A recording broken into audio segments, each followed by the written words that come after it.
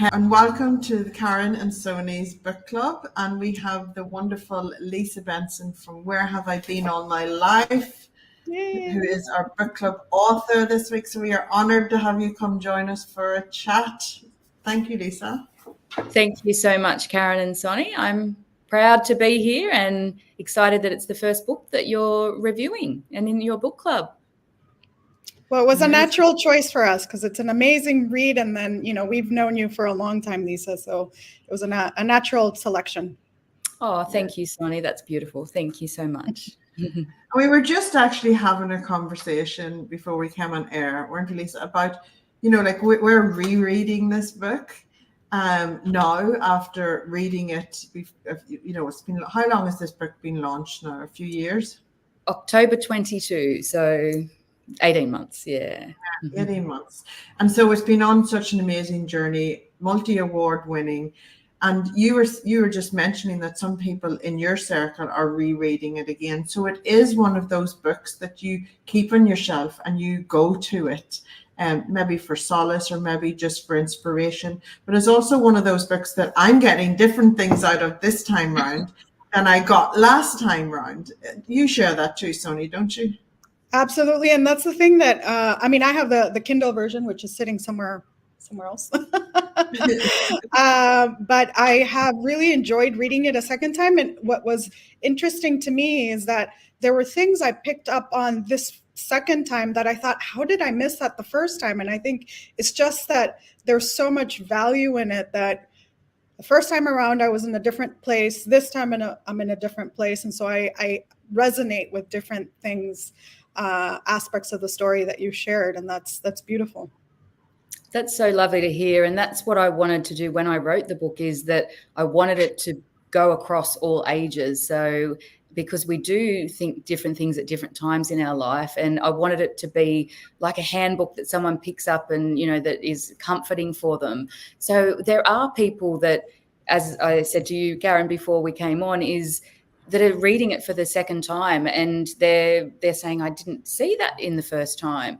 And that actually means it's not just, straightforward and simple. There's a lot of complexity to it. So that makes me feel really good. And there have actually, I just remembered then that there have been some people that want to read it through without, doing any highlighting or, underlining, but then they go through a second time and then do that. Or they'll buy the Kindle first and then they'll say, I need the book now because I want to do the highlighting. So, and that actually warms my heart because that's what I do in books that I love. So that makes me feel really good.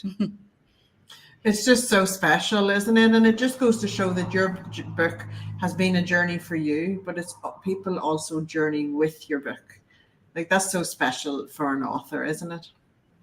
Absolutely so special. And to know that what I went through to write the book is, that story of me writing the book is part of the story as well. So if people can go along and see that part of the journey, it's hopefully can help them in their own life. They don't have to be writing a book. They can be doing whatever they're doing on their own journey, but the themes that are universal and will relate to wherever people are in their own life, which is again, it's makes me really happy.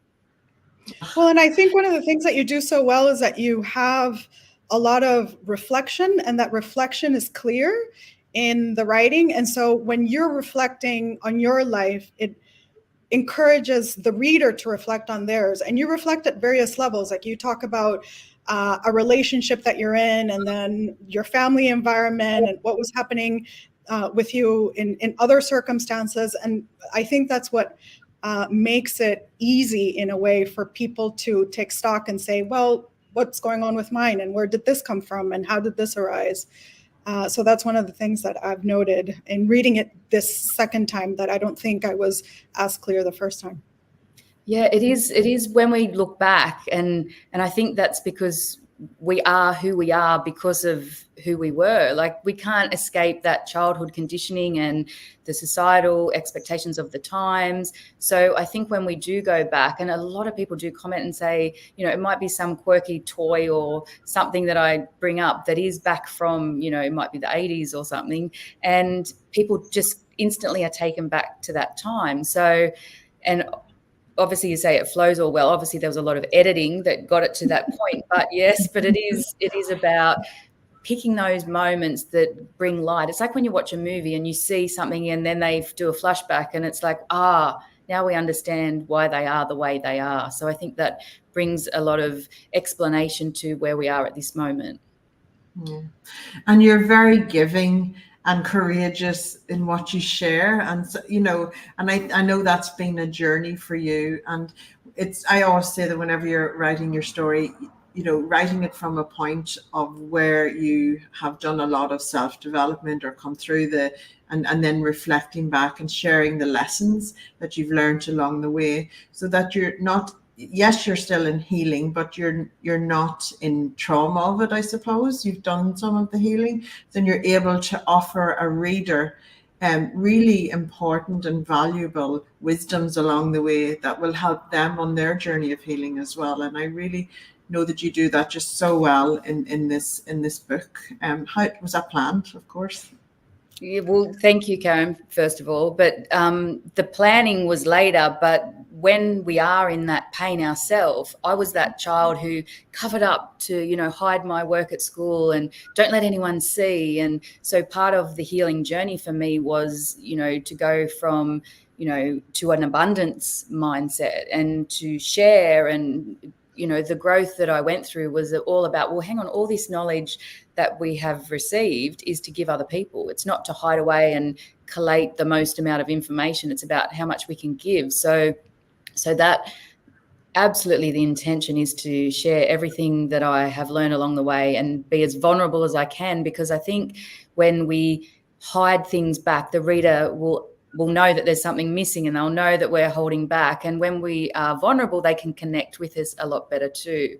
And it's also a way for me, because I have no children, so to share what I've learned so that it does live on, because once I'm not here, where does my information go if I haven't written it down or passed it on to the next generations? Yeah. That's beautiful. And I remember somebody a while ago said to me, in advice in writing, that the more vulnerable you are, the more people are able to connect and relate. And in fact, the thing that you least want to talk about is probably the thing that you most need to share, and the gift that you're giving to the world. And I feel that a lot in reading your book. Like, I think you went really deep. And you uncovered so much, but that's the beauty of what we learn from reading what you've got to share, and that's why so many people have connected with it. Thank you too, Sonee. That's lovely as well. And that was hard for me as well. Very, very hard. And I'm not sure if you've heard this story before, but when I was doing the writing and my writing mentor actually said, write down the thing that you would never write about, there was no way I was writing that down. Because I didn't want anyone to see. And I thought, if someone sees this piece of paper, they're going to see my deepest, darkest secrets. And I'm not showing that with anyone or showing that to anyone. So it was a process. And it probably took another 6 to 12 months to actually bring that out and be confident enough. And again, it's the healing that I had to go through in my own life to get to the point where I could share those things to help other people. And the freedom that I felt after releasing that from my body. And so when we have shames and mistakes and we hide them away, they have power. But when they're released, it's just, well, we're all human, and it does definitely connect us together. And I think the power in vulnerability is just, it is a superpower. It's just, I'm not afraid to tell people the honest truth, because we all have things in our life that we're not proud of, or that that we've done wrong or we do differently again, but we're human and this is our life. So isn't that powerful stuff, Sonee? It's like, everyone go and rewind and listen to that bit again, honestly. But like, that's what this book is all about. It keeps bringing to us and reinforcing that, things like, we hold shame that doesn't belong with us. It actually belongs with others who made us feel shameful. But just to free from it, and and the healing that happens in the writing process is truly phenomenal, isn't it? Whenever you take pen to paper, you're releasing really a lot of stuff that's can be just pent up, whether you're going to publish the book or not. Even just the act of writing it out is making it tangible and helps it to leave your body, so that and just release, even to process something. You see it more clearly when it's written down and you're able to read it, isn't it? Absolutely. That's so true, Karen. And I think a lot of a writer's work is to write it down and look at it, and then look at it from other perspectives. Because when we write things down, the first time we write something down, it may be, emotional, it may be angry, it may be, it could be any victimized and all that. But then when we look at it and think, well, hang on a minute, that, another person's point of view of that situation would be completely different. And then you become kinder to yourself when you see the words on the page.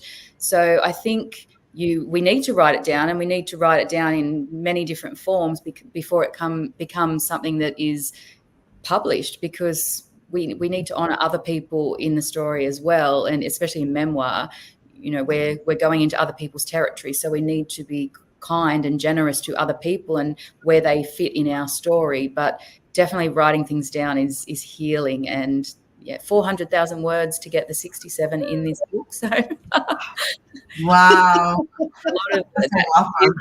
a lot of healing went into it. Was like journaling for many years to get to those words that are shared. But it must have been so empowering, though, to have all of that come together. And I feel that kind of goes with the title that I feel is so perfect. Or have I been all my life? That you found your sense of self and a new kind of renewed empowerment. Was that part of the process that you went to? Absolutely was, Sonee. It's just, where have I been all my life? Who hasn't been lost? It's really about, we seek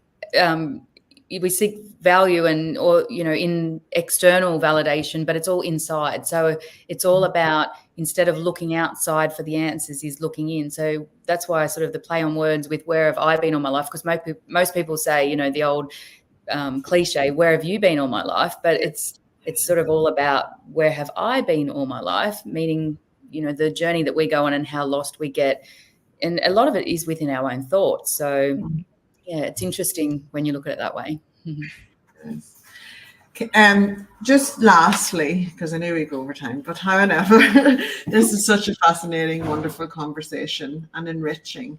But for anyone watching, who obviously our readers are watching, but if any of our readers are planning on sharing their story, I get a lot of people coming to me and saying they're worried about, their mother maybe reading something and getting, and how they would take it. I know from my personal experience, whenever my mother read something that I wrote that she didn't understand, but when she read it, she understood where I was coming from and my perspective. So writing your story is from your perspective. Other people may be in that story, but have experienced a different experience and perspective. How did you honor that? Just for everyone watching. That's a huge question and a wonderful question, and something that probably took the most time in the writing. So I understand that anyone writing a memoir would be feeling similar emotions. So I literally took 18 months to do the final edit and to try and remove anything that was disrespectful to other people, or, anything that I read and went, oh, that shouldn't be there, I removed, so that I would always be proud of this book and I never will regret anything that's in there. But obviously the mother is a massive thing. And my mum, I worried so much about what she was going to think and how she was going to respond and what's she going to say when I've said this. But then I think in the long run, she's now so proud of me and she's read the book herself, and hopefully it's helped her, because a lot of the issues that I have are ancestral issues. So it's come through the generations. So I think that there is a place for that worry. It's good to be concerned and worried about other people, in a respectful way. But in the end, the big thing for me was having a voice, because I never had a voice. So I had to say to myself and to everyone else that is reading my book that this is as you said, Karen, this is my view of the story. It doesn't mean it's the correct view or the right view, but it is. I had to stand up and say these words in my own voice for the book to be authentic. So I needed to honor that in, the most kind way I could to everyone that's part of my story. Beautiful.